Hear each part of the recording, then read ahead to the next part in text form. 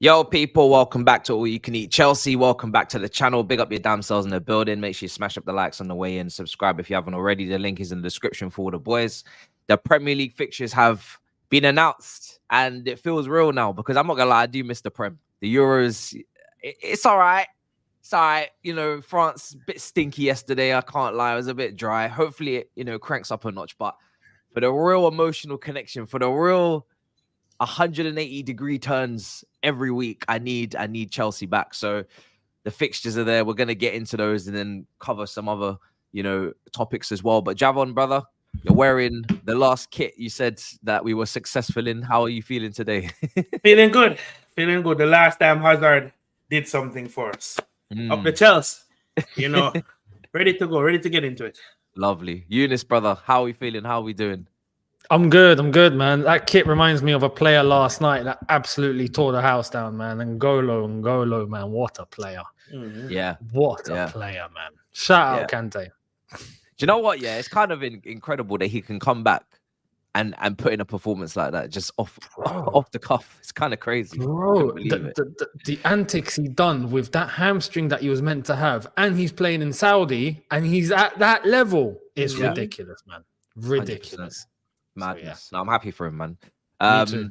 No Miz today. No Miz today, guys. He's very busy with work, so he'll be back next week. I wanted to get this in early week. One, because we got nice fixtures to react to, and two, because I'm in the midst of moving, so I don't know what's going on at the moment. But let's get straight into it, man. Because I don't think you can ask for a more difficult start. I don't think you can. But the champions at home. One bald man versus another. Enzo Maresca will take on Pep Guardiola at Stamford Bridge on the opening week of the Premier League. I can't believe that is what we've been given. But Javon, what was your initial reaction to that? Because at the end of the day, you got to play everybody twice, home and away. So it is what it is. Baptism of fire. That's the first thing that came to my head. Baptism of fire. And listen, when it comes on to the first game, this is why I said you have to implement your style at the start of preseason and drill these into these players and use that playoff. I'm not sure if the conference playoff is before we start, but it should be. And then you start, man. You start. What else can I say? I'm not even gonna waffle. You just gotta start, and then hopefully, and my mind is going two ways because. Is Enzo gonna set up how he wants to set up, or is he gonna set up to deal with City? So in the first game, we're not gonna see the real Maresca ball. You understand? We may see patterns of it from time to time, or is he just gonna say, you know what? It's the first game of the season. I have to start off properly. I have to get some form of result. Let me set up to deal with City, and then maybe against a lesser team, we'll see Maresca ball. Yeah. Do you know what? That's such a good point. Because it's like the first 5 games, you kind of look for the style, Younes, you look for the identity, the plan, obviously preseason as well. And you start to see, what the football looks like. And the opening game is against the best team in the league. And it probably makes sense to adapt, to make those tweaks and make those, those changes. How do you feel about Man City being the first game at home? I want to say that in one way, it's a good thing. You get it out the way. It's not going to be easy. And I agree with what you said. I think we're going to have pre-season to be able to tell us exactly what Maresca ball is to an extent. That doesn't mean that take pre-season as the holy grail. I'm not doing that ever again. I think we all need to learn a lesson from pre-season, and that's to not just take just whatever result comes in, just take it. It's pre-season. It's not going to define how you start or how you perform in the league. But you will be able to understand how we're going to be looking to play under Maresca, which is something we just don't know right now. We have no idea. So I agree, we're not going to be able to do whatever the hell we want to do against City because it's City and they're established and they're the champions and they got Pep, and it's like, you just got to be careful and just get through the game, basically. But after that, I think you're going to start seeing, we're going to all start seeing what Chelsea are looking to do. Yeah. Get this game out of the way. It's probably a good thing. It sets the test on day one. Like, it will set the tone. If we put in a good performance against City, for example, then that basically sets the tone for the squad for the rest of the season. Like we just played City at home, you know, the champions. Now, if it doesn't go well, then we can say, yeah, you know what, day one, it's not the end of the world. There's 37 to go. So it's best to get it out of the way. I'm happy that the fixtures after that are not too, I wouldn't say too difficult. They're all right. But the problem is we've got Conference League in the middle of City and Wolves and after Wolves as well. So it's a heavy schedule from the get-go. It's a heavy schedule from the get-go. So here's my thoughts on that, right? I'm going to go the positive route before we address what it could be negatively, right? If we get off to a good start playing-wise and we see positive performance, I'm willing to accept a draw. Don't want a loss, but I'm willing to accept a draw because we will be going into this game with no backlift. No backlift, simply meaning we are going into this game without any real competitive competition. Like the comment said, it's just one Conference League game and preseason. The only thing I would require out of preseason, it needs to be on point. In preseason, you do not have to win every game because it's preseason and we don't expect these players to be going out. But in preseason, I need to see patterns of play. I need to see relationships being built around the field for the players who are there. So what that means is when the players who are coming back from international break comes in, they will see definitely how to get on with the squad, and then Maresca can slowly integrate them into the squad.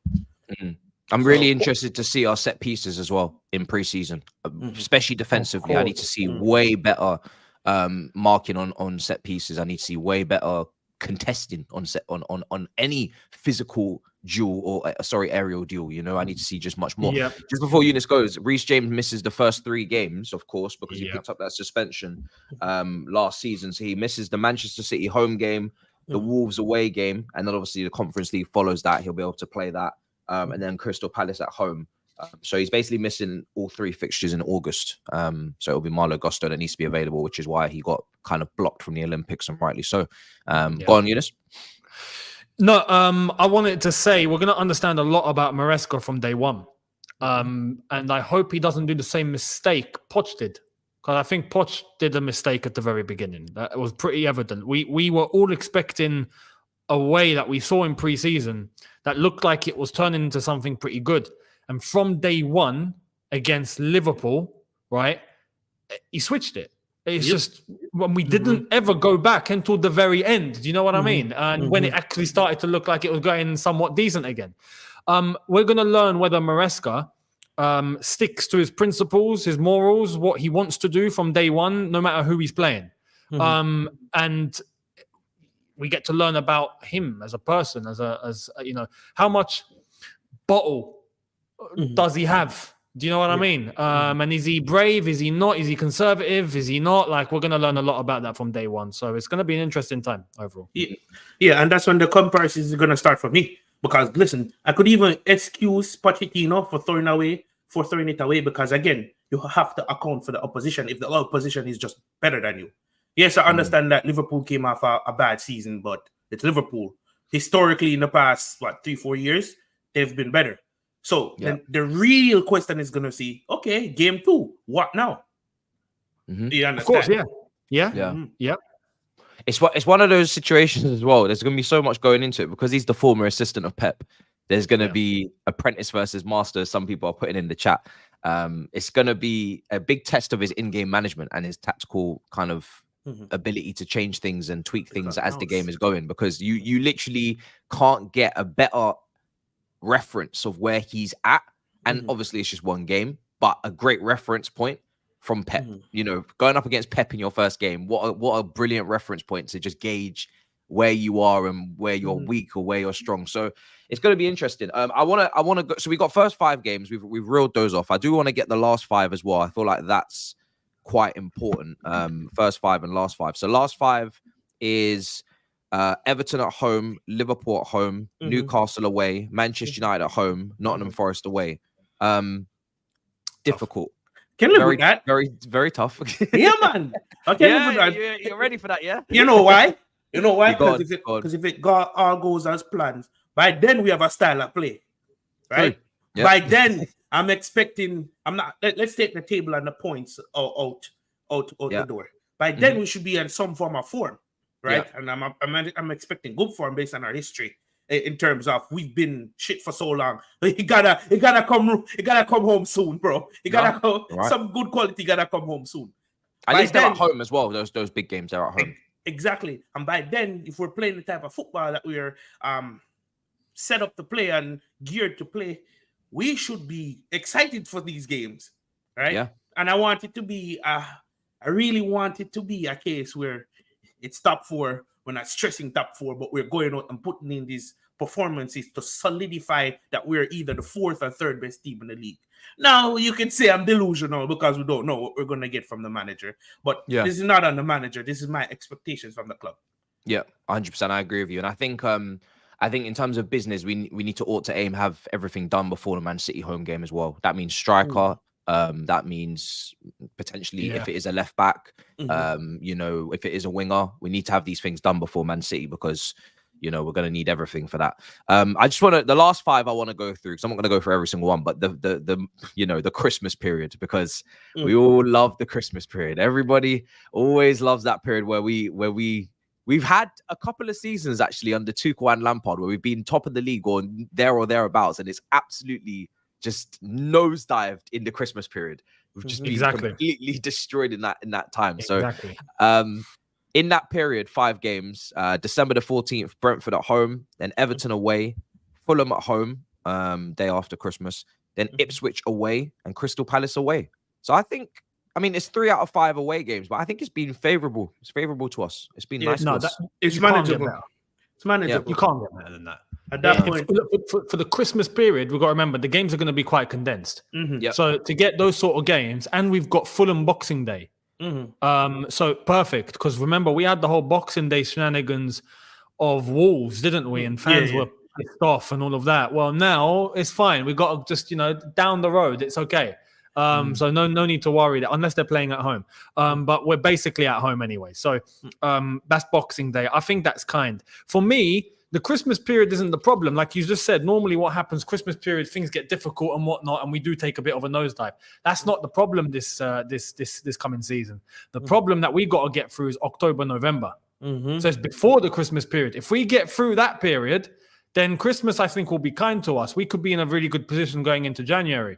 But if October, November doesn't go well, I think we're facing the problems we normally face prior to the Christmas period, because we got 4 or 5 games on the bounce, which are all like, oh crap. I've just seen it.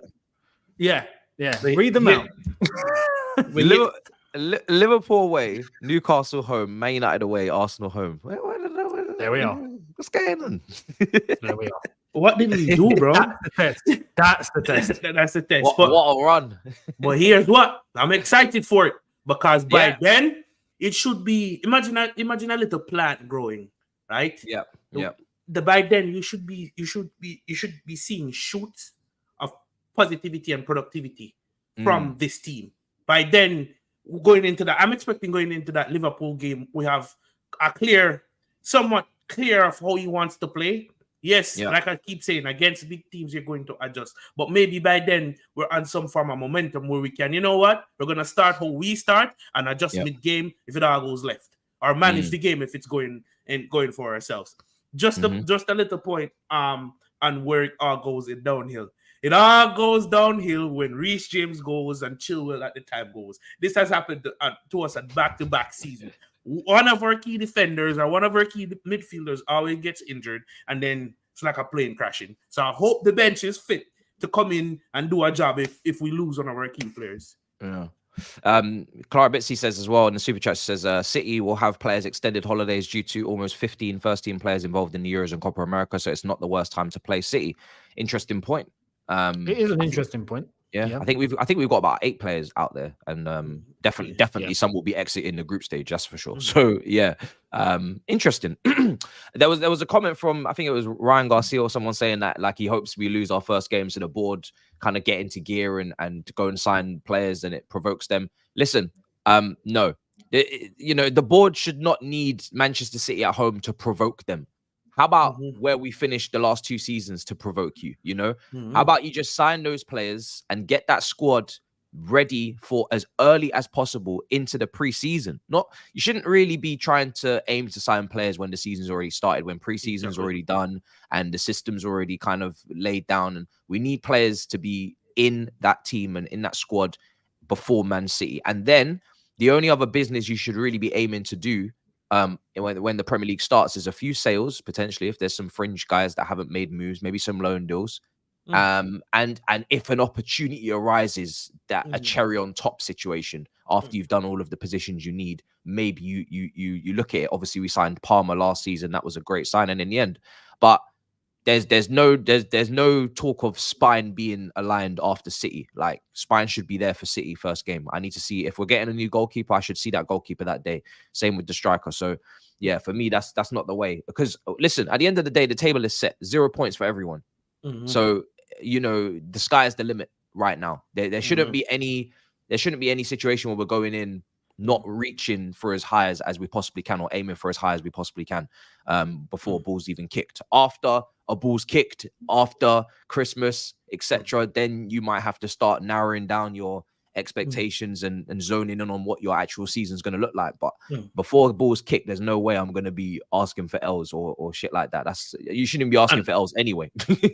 And on top of that, I'll never understand that mentality that you needing your team to lose or something can happen. But man, look one last season and this season before. If them season didn't tell you that something seriously needed to happen for us to be better, I don't know how to help you. One game is not going to cost it.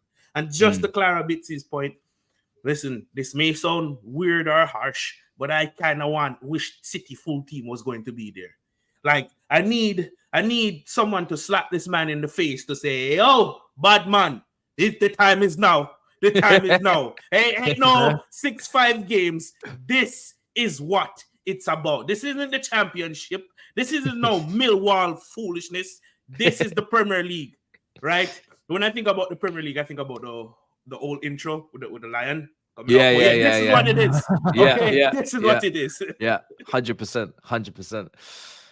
Peak Barclays. I mean, it's so far away, but at the same time, it's just gonna, the time's gonna fly. I think we play Man City in pre-season. People were saying as well, don't we? We do, yeah. So I mean, Man City and Real Madrid, I think the two. Yeah. So he's even got that. If you want to call it an extra opportunity to suss them out, but. Yeah, it is. But again, and I stress, and this has to be hit home. The results won't matter for those games. Please do not look at those. Even if we win or we lose those preseason games, it does not matter. It's match fitness, it's preparation, it's tactical adjustments, it's trying things out. It's against the best. That's what it is. So yeah, 100%. Let's talk some transfers quickly before we move on to a couple Euros cameos and players that we've got on our books that are performing, and also some that are not performing. But it's only the first game in. Pedro Lima. I mean, let's just start with what's confirmed and what's going through and what's not. It looks like he's going to Wolves. Personally, I don't give a damn. Like, this is one of those transfers that I didn't even really cover too much because it's just not a priority for me. A third. No. Actually, I'm going to say a fourth young right back on our books in terms of first team potential quality. I'm not interested. Like, he's going to go Strasbourg anyway, whatever. Wolves hijack us. Fantastic. If anything, it's probably a smart decision from his part because Gusto, Reece James, and I think Achampong, I'd like to see him next season in the conference. Me too. As they were saying on playback, I want to see him in the Conference League next season because if there's one thing he has over Alfie Gilchrist already, I don't think Alfie Gilchrist is going to make it. I think it's a wonderful story. I love the goal he got against Everton. I love his grit, his determination. But in terms of potential, I think Achampong with his physical advantages just off the bat, and we struggle from that as well. I think it lines up quite nicely. I think he's got a much better chance of being in the squad. And I think at centre back, I'd much rather someone of his height as well than Alfie. So, but yeah, it's one of those ones where cool, take him. We keep it moving, no problem. But one thing that is interesting is the striker situation because Duran is apparently kind of wage demands is potentially becoming a problem. We also want to now when I read that, I personally don't know how Duran wages. Duran of Colombia, second choice Aston Villa wage could be an issue for us. I don't know what he could be demanding because I'm pretty sure he wants to join us desperately. And there was a report of like him really looking forward to the competition with Jackson and playing with him and playing against him, etc. But so I don't understand how could there be a wage issue with Duran. I can hear wage issues about Osimhen. Duran. I agree. Listen, maybe he is Jason Derulo. Maybe he is that expensive. Maybe he is that expensive, bro. Like, to be honest, something when you said that, something immediately popped into me. Do you remember when you did your I think you put up one of your videos and you were talking, and we even discussed it here. The club likes to do PR. Bunch of PR. I'm wondering if this is just PR and they kind of saw the backlash they got when when there were concrete links to Duran, and majority of the fan base was like, what is this guy? Why are we going after this guy? You know, and they're putting out PR that there's some form of a misnegotiation or some negotiation when it comes down to the contract and the wages, because bad man, who is this man to be demanding wages? Like he's gonna come in and run the place. Yeah, I don't know. It doesn't make sense to me at all. It's a very strange one. Regarding Pedro Lima, I'm happy there. Bro, I was like, who's this guy? Two things. I don't know if we're signing players on the books for Chelsea for them to go and play for Strasbourg. I thought that this was the case with this Pedro Lima guy, because it could never be to add to this Chelsea squad. I mean, what is up with that right side? I don't know what fetish his board and these directors have with the right side of the field, because I think we're pretty much okay. Just Adolisa, and that's just over the top, right? So I was thinking that, okay, Lima's going to come in, but he's going right to Strasbourg. But when I deep dive into this whole article, it's to come to Chelsea. And I'm like, what? Why? That's another loan spot gone. That's the trickling effects that this would have on the football club from a transfer perspective and from a loan perspective is mind-numbing. And then Wolves came in and saved the day.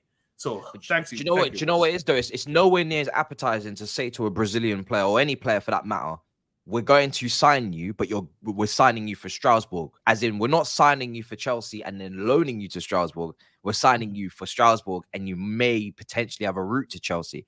Because now you're locked into a Strasbourg contract, not a Chelsea contract. And that's the difference. So, but this is not the first time that a youngster's said, nah, or someone else has come in and, you know, it happened with Wahi. It's happened before. So I personally have no problem with it. And I think that's just a consequence of just signing too many players in one position. Our right-hand side is good. Like, I don't know what it is with this fetish of the right-hand side. We got a lovely right-hand side. How about the left, though? What about the left-hand side? Neglected, mate. Right now, it's looking like a ship leaning this way. Bro. Yeah. It's like everybody wants a window seat on the right-hand side. That's it, yeah. There's a view on that side, but there's concrete wall on this side. When the plane is landing, it's going this way first. Bro, it's literally like this. It's crazy. It's not making sense. It's true. But what Younes, what do you make of this Duran situation and the striker situation in general? Because there's Guirassy that's been linked by Blind. There's Solanke that was on the list as well. I don't know who else has even been mentioned at this. There's not many options, really, to be honest. There's not a whole pile out there. Big up Chad. Firstly, I'll play number 9. Yeah, Chelsea can sign me for what? But $1.5 grand a week, no problem. I'll play. It's fine. Listen, with the John Duran deal, because I reckon Javon's right and onto something. Because now, like, for example, we're starting to hear, like, Duran, there could be a case of it's all down to a swap deal. It's not actually cash. It's up to Chelsea who they want to put in the deal. They're hesitating? Like, yeah, is this even happening now or is it not? It's so many questions. Personally, look, I've made myself clear. I wouldn't mind Duran if we're not paying cash and we do actually still go out and get a proper striker and he's there to develop. I'll be cool with that, not a problem. But Guirassy, those links, we saw Ben Jacobs saying that the links are legit. Dortmund are actively going for Guirassy too. So this is a case where, look, we're not going to have many options left if we just linger and hope for the best. We got to start moving quick because we don't know what's happening with Osimhen. That's just a lot of money. Sesko's not moving.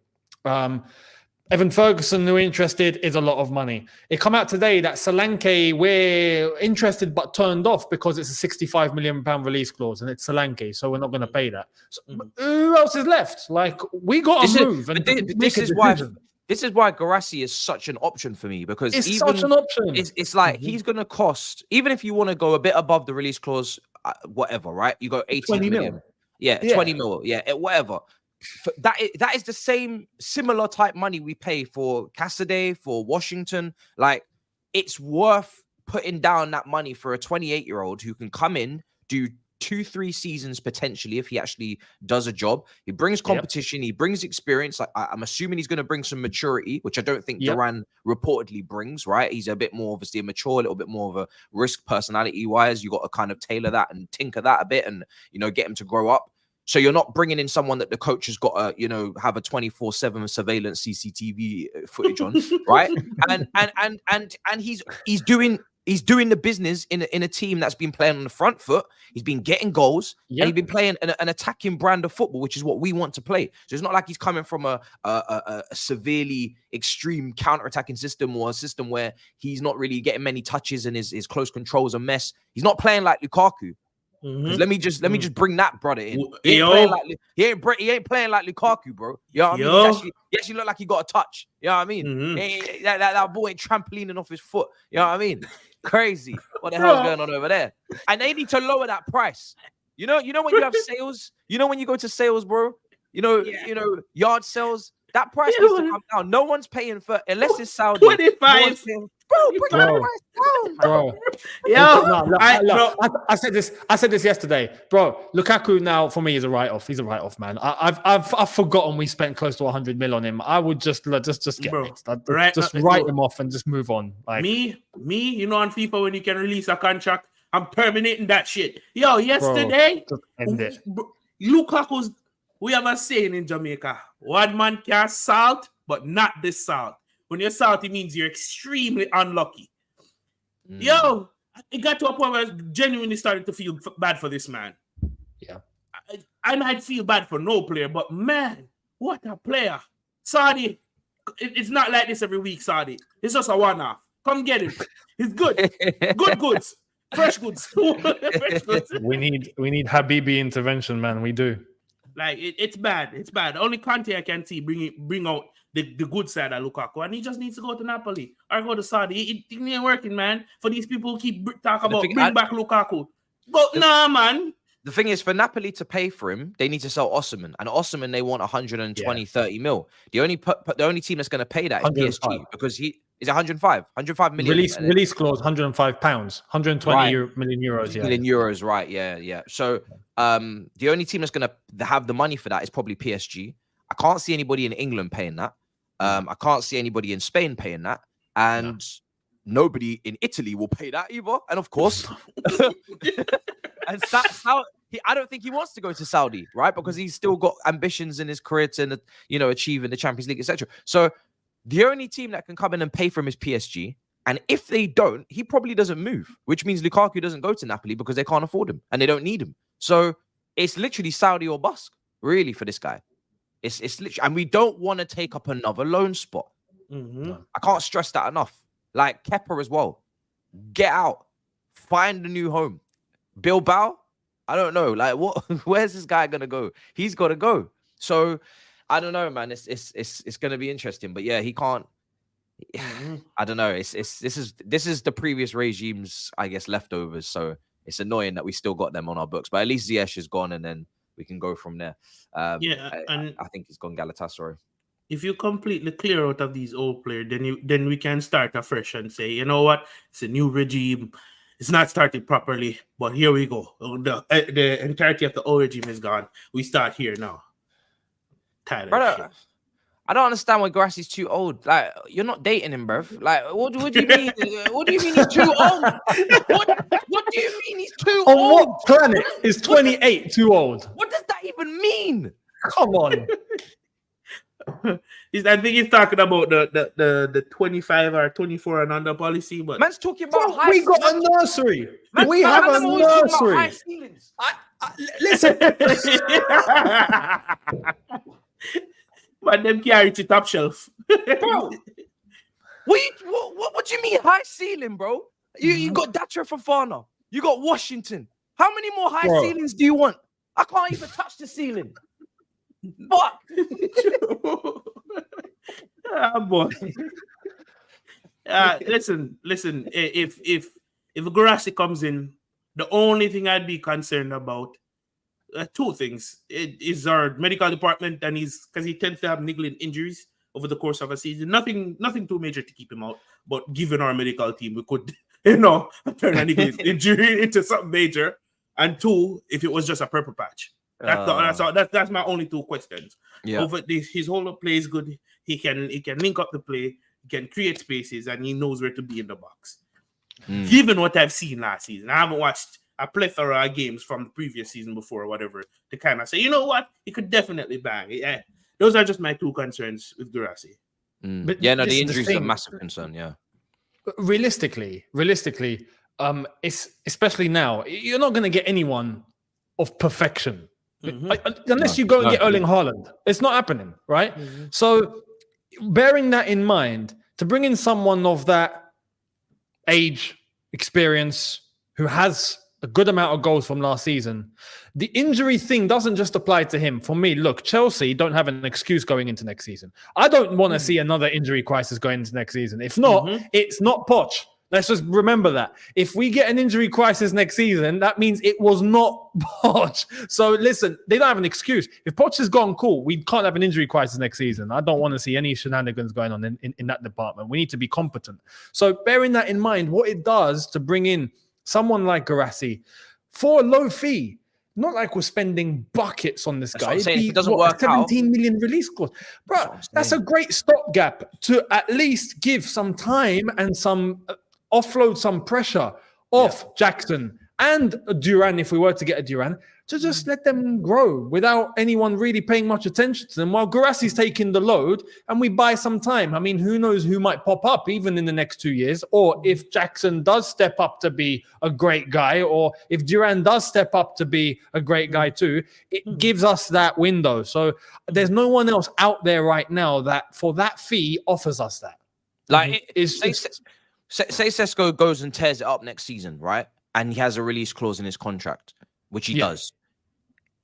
Guirassy at that price allows you, like you said, to sit for a year because the striker market is on its ass. So there's no point. There's no point trying to spend a lot of money in a situation where it's high risk, So you may as well spend a little bit of money because 18 million is I'm sorry, for a team that spent 1 billion, 18 million is nothing. Especially when it's an 18 million pound player that's going into the first team, not an 18 million pound player. We spent 18 million pound players to put them in the under 23s, 18 million pound player to go to Strasbourg. I'm talking about 18 million pound to go into the squad and give something with Jackson. And then you assess it again when the window looks, when the market looks better. So you're not wasting your resources. Because what you don't want to do is spend a lot of money in this market, sign someone for a 7-year deal that you're not sure about because he's young. And then you block off potential squad space for when something really good comes. When something's serious. Because if Sesko bangs in like 25 goals this season and his release clause is, I don't know, 70 mil, or he bangs in 30 goals because he starts all the games, people are going to be like, yo, I want Sesko. But you can't legislate bringing him in if you go and spend that money now, or you bring in someone now who's really quite heavy cost, but you're not sure about. Now you ain't got no space. Now you got to try to offload them. Offloading Guirassy at 18 million. I mean, I don't know what the book value is, but bruv, it's gonna be easy, man. 15 mil, 12 mil. Yeah. In my opinion, it's depending on how Guirassy is deployed. Like if Guirassy can be deployed in some form of a sense where it helps Jackson grows, and we look at Jackson as you still can have the number one, but we're going to rotate you guys with a healthy rotation. Understand? 17 million is nothing. It's nothing. Given the amount of money you spend in that position, i.e. Lukaku, right? I.e. Morata, and then it's a bargain. It's a steal because to me, I'm not expecting this guy to come in and give me 25, 30 goals. I'm expecting him to be a stopgap and to give me something different from what Jackson can give me. If Jackson is having a howler, it's not going to be We're not going to be in a position next season where we have to leave him on, much like majority of the games, if not all the games this season. We can say, you know what, you're hooked. We're going to put on Guirassy, who's an out-and-out striker, who gives us something completely different. If he is deployed in this way, then it's a no-brainer. Yeah, that's the only caveat to this. Do you know what it is with Guirassy as well? Or not even just Guirassy, just any striker in particular. They might be coming in just to create space for the Nkukus, for the Palmers, for the Elises. Because when you got that much talent behind the striker's job is really to keep the centre-backs occupied. Make runs, selfless runs, make space, and make sure that those defenders are occupied so those guys behind have a bit more space. What I would rather that than Nkuku goes up front next season instead. And then we have to start playing him a slightly out of position. And other let the best players play in their best positions and get a striker that can just pin people. Because, you know what I mean? If you do that, you're just going to make their life easier. And then they've got a focal point. Then they've got someone to cross to or someone to hit as well if they want to play those risky passes. It just creates a better dynamic for the squad. If I'm Enzo Fernandez, I'd rather him playing a long pass in the channel to Guirassy or a long pass over the top through ball to Guirassy than to Nkuku. I want Nkuku involved in the play. I want Nkuku to even be playing those passes too. I want him to be taking advantage of the space that Guirassy leaves behind. I don't want Nkuku to have to come up against 2 6'2" centre-backs. You know what I'm saying? Lewis Duncan, whoever else, elbowing him in the ear. And bruv, that's not Nkuku's life. We're not doing, no. He's too good for that. You know what I mean? So I'd rather just get a focal point in the team and then let if the market is beautiful for the right wing, I mean, they can't stop. Elise, Esteval scored a great goal. I don't know if you guys saw it. Smack one in the top corner the other day. That's the first thing I've seen that I could consider, okay, maybe this kid has something. Or that when everybody calls him generational and the clips I've seen, it's guys are kind of going overboard with this. But that's the first thing I've seen from him that I can say, you know what, he's a baller. He can play. Does anybody want Tammy back? He's available. 20 mil apparently. Nah. So shout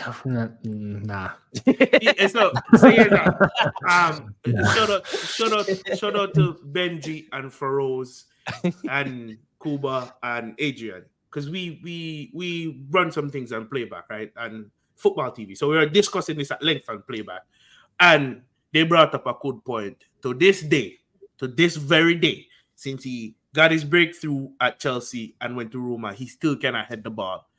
Brother, you are so tall. You are so tall, and you are horrible at heading the ball. No, I'm not going down that route. No. Ship a sail. If he had dramatically improved that Roma, then bring him back. But otherwise, I'm not. No, it's true. Robert's saying, "Are we assuming Guirassy's going to translate?" No, I'm not.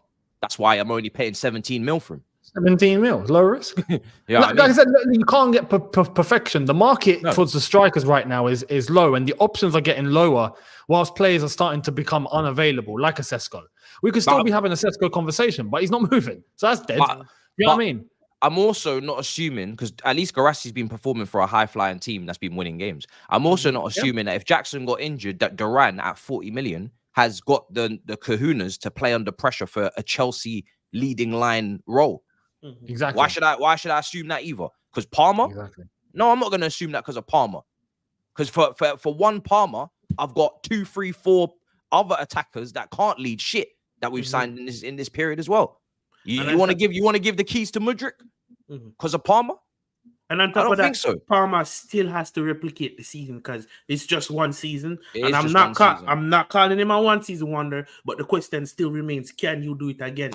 You know, if and plus he may not even play predominantly off the right, where he got most of his goals last season, right? Yeah. But I know he has the passing capability to get productivity from that attacking midfield spot essentially. But the values in terms of goals and assists, is he still going to be the man saving us next season?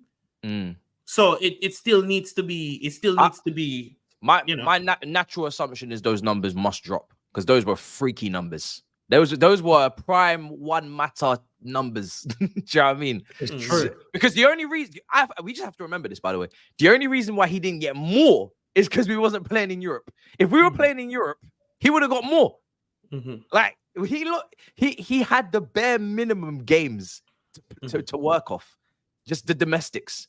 Like those stats would have been even better if we were playing Europa League, whatever, Champions League, Conference League. Hey, listen, if this brother was playing Conference League, do you know what I mean? This is what I'm saying. So we could have been talking about stupid level. We could have been talking about 50 GA.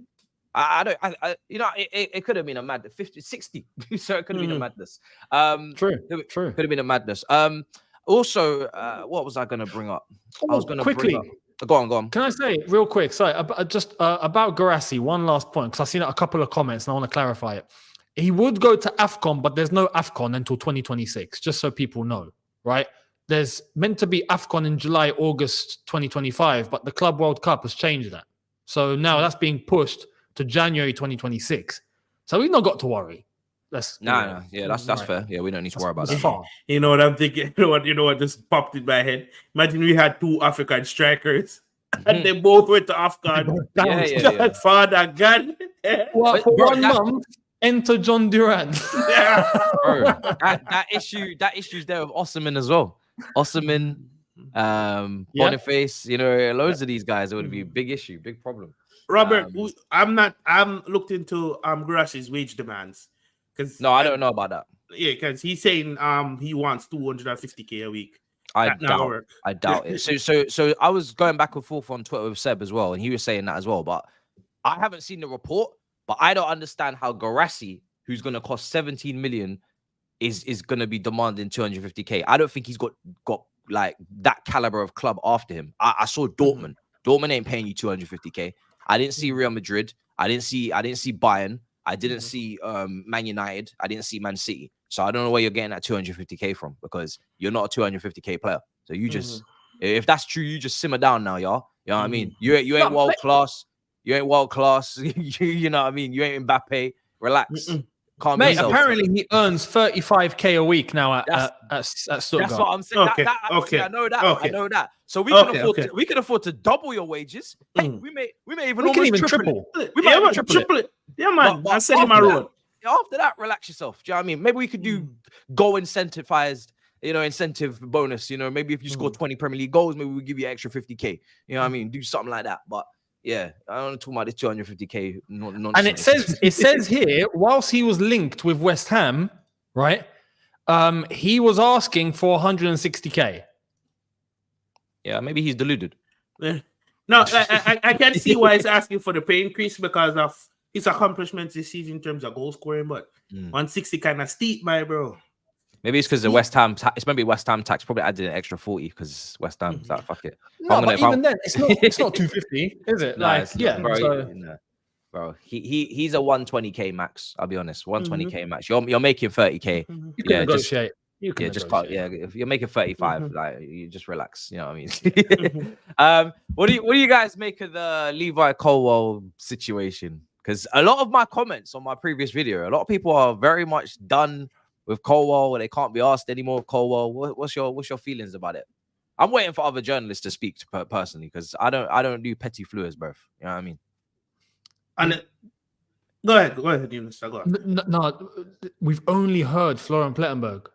Like, that's the thing. This is the weird thing. And I know, like, he's very well sourced when it comes to German teams, and hence he's talking about Bayern Munich here, because Bayern Munich are the ones interested. But we've only heard from him and no one else.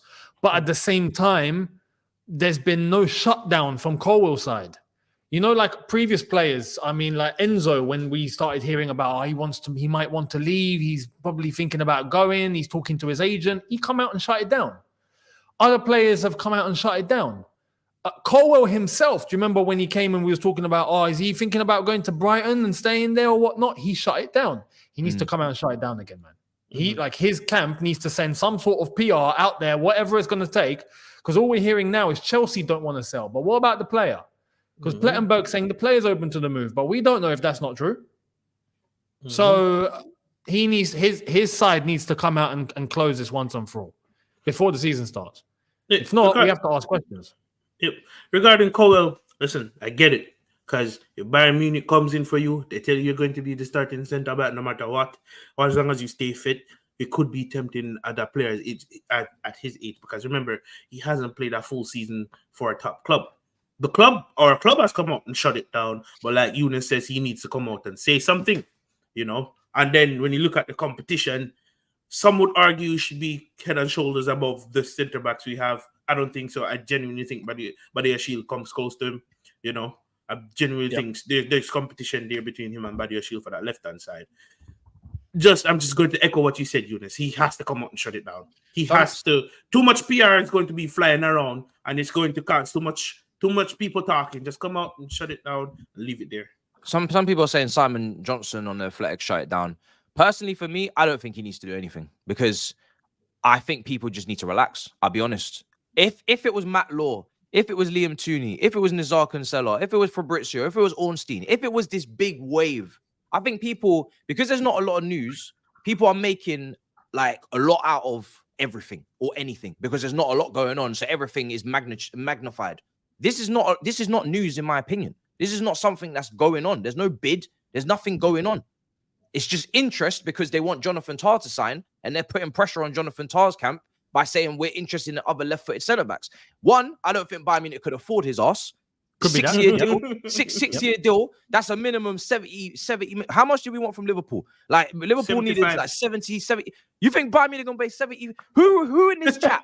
Who in this chat thinks Bayern Munich are going to pay 75 million for Levi Colwill? Please, man. Like, it's just not happening. For me, I don't need my player to come and shut everything down. I just need you to just abide by your contract, get ready for preseason, and go. If there was a big circus around it, if there was a club that could actually afford him like a Man City, cool. Now I might get a bit more, check your mirrors, Specs Gonzalez. Let's shut it down for sure. But when this journalist who is literally in bed with Bayern Munich, nah, not for me, man. For me, if you want to shut it down. But I wouldn't really be expecting my players to be shutting down every single link that comes out, because it's just sometimes foolishness just needs to be ignored. I'll be honest. He signed a 6-year deal. He was injured last season, so he ain't got no grounds to be making demands anyway. He can't be coming to anyone and saying, "Oh, I should be a starter." He's on a 6-year deal. Like, Chelsea are not trying to convince you to stay. Chelsea have said you are staying. It's not optional. It's not up for negotiation. You're staying. You signed a 6-year deal. You haven't been fit. The team is geared towards you in terms of the manager playing in a way of football that caters to you. The only thing that could happen that could sway the loyalty or sway the situation is if Chelsea go and sign that California Italian brother. Now I got him for that. Yeah, if you're gonna sign a whole ass state, that's in California. If you're gonna sign a whole ass state, that's a whole different situation. Because now we've got three left footers, but there's a lot of Chelsea fans that want him. So it's like you want Cole to shut it down, but at the same time you're twerking for California. Which one is it? Listen, hang on. No, when it comes to California, it comes to Calafiori, I honestly believe, the hype on social media. He's a good defender. Don't get me wrong. He's a good defender. But I genuinely think that the hype that's coming from the fan base towards him is because of his headband. That's it. He's wearing a headband. Therefore, he's Nesta. What are we doing? No, relax. No, he's man, a good defender, though. But chill. No, man. Calafiori can comfortably play as a left back. And especially if you're going to play this inverted. He can play there, to be fair. I'd take him. Yeah, I'd take him. That means only for the left go. back. That means Chilwell's got to go. Haven't y'all been screaming off for Chilwell to leave? But Javon, he's not going though. Let's just make this clear. Chilwell's not leaving.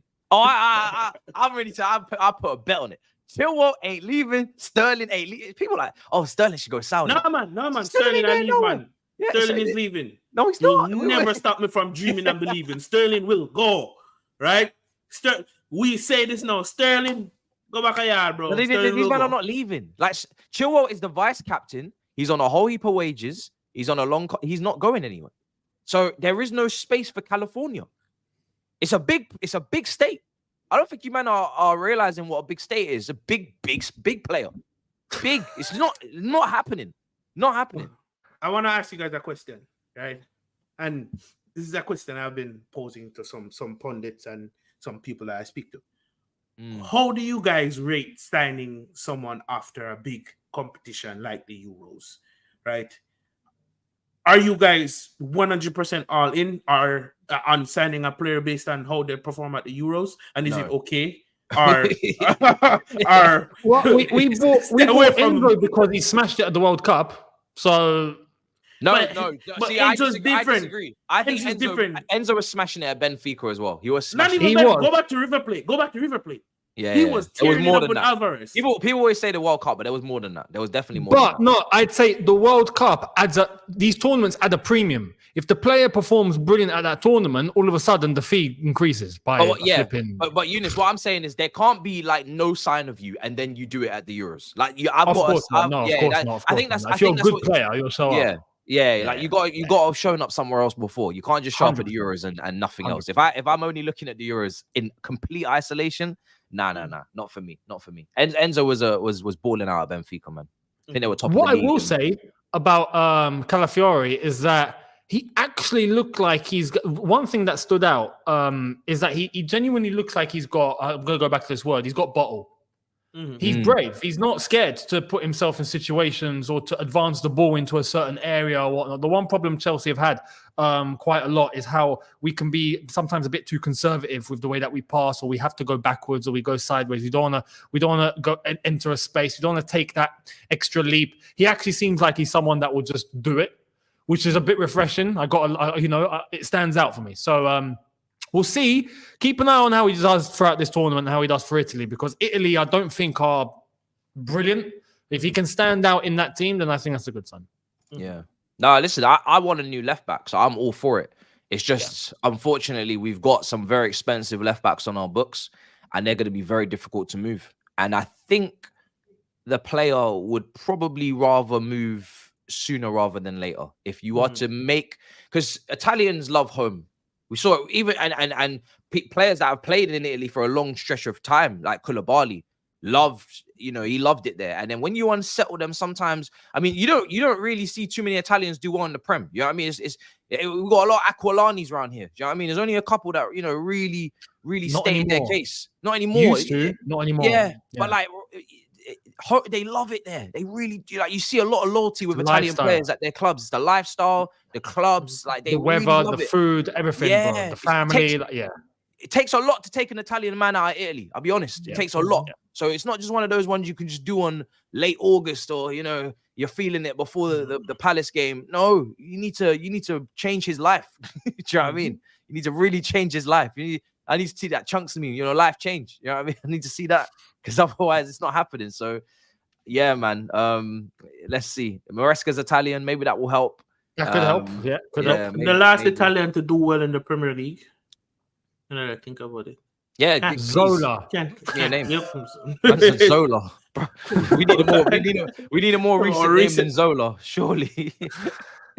Viali. No. But even Jorginho. No, Jorginho needs a crutch. We're not doing this. You know my feelings about J5.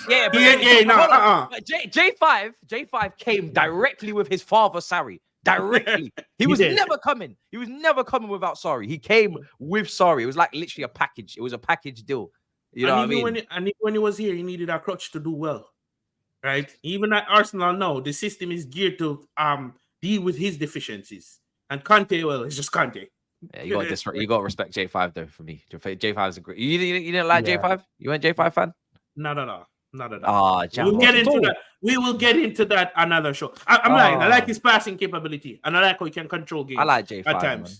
but J5 for me now pretty nicely.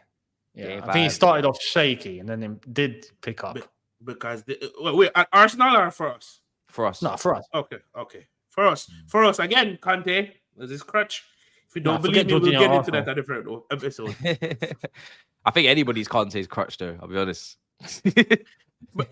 Are you guys forgetting the days where people would just see J5 on the ball, take it off of him, or see J5 defending and say, you are run past the man? Yeah, it's not even about taking it off of him, but it's about running at him was wild. Running at him was crazy.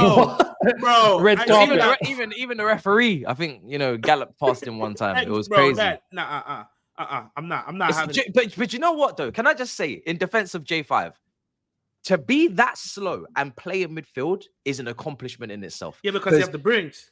Exactly. Like, so that's why I have so much respect for him, because his physical limitations he can do nothing about.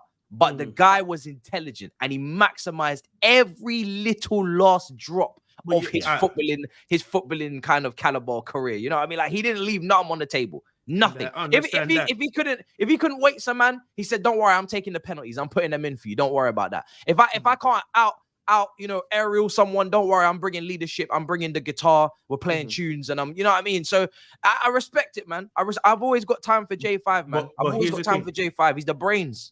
He's not the brains. Here's the thing: the way how J5 was deployed.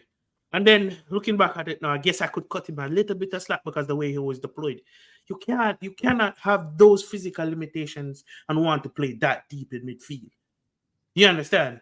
It's the same thing with Fabregas at the end of his tenure. He just couldn't cover the ground anymore, right? And at times he was left to die alone. J5 covered the ground better than Fabregas, though, because whenever you looked at Jorginho's tackles and interceptions, they were always strong. You remember that season where he finished third in the Ballon d'Or? That brother was first for everything. That's a Kante, brother.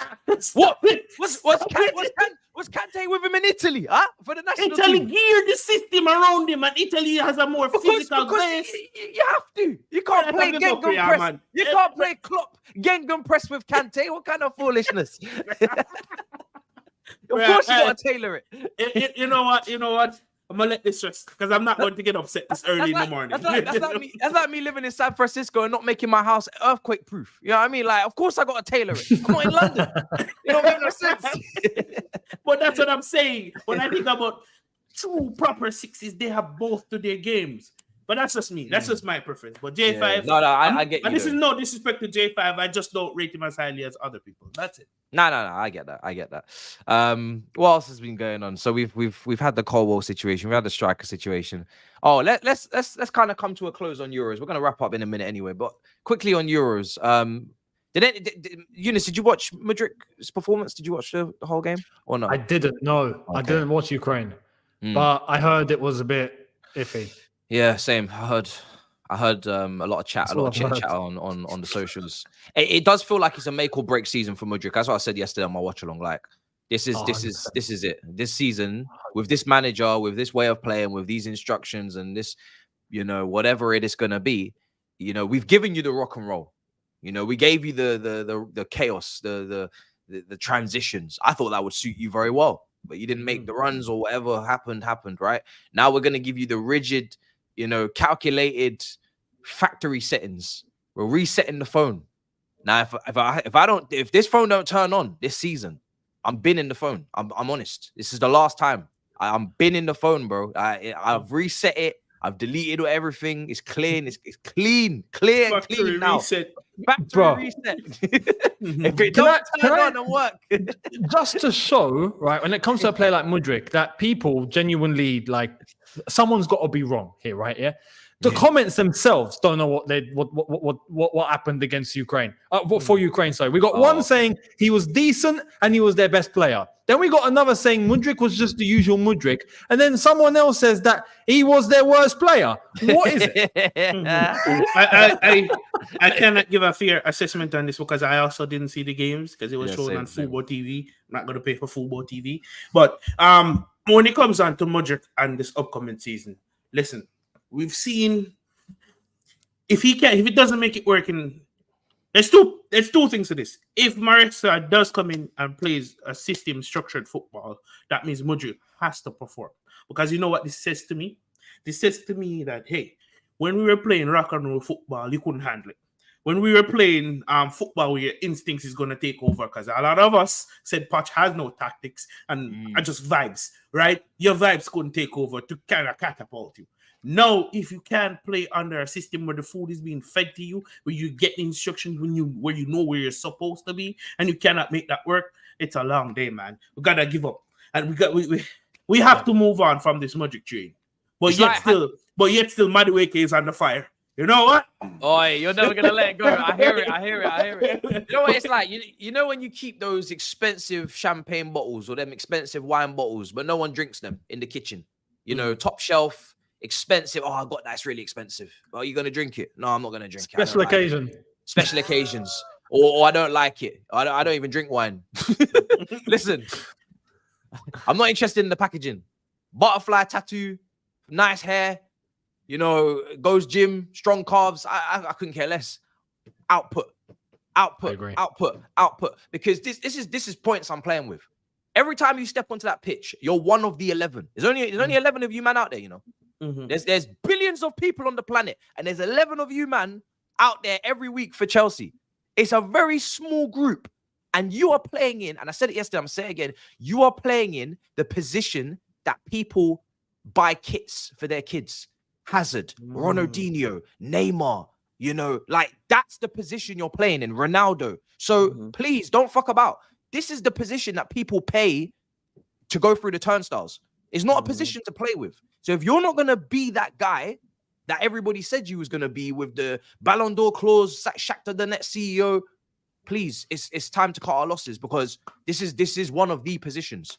This is one of the positions. Don't let Tyreek George, who just signed a new contract, don't let Tyreek George, Curious George, come in and take your spot. Because I'm telling you now, let me tell you something. If Tyreek George does something in the Conference League and gets his first Premier League start, and I see touch, and I see runs, and I see shit that I should have seen from Mudryk, man, you know that getting them. You know that ceiling? You know that ceiling? Yeah, but Jamaicans would have said, don't let Tyreek George come and eat your food.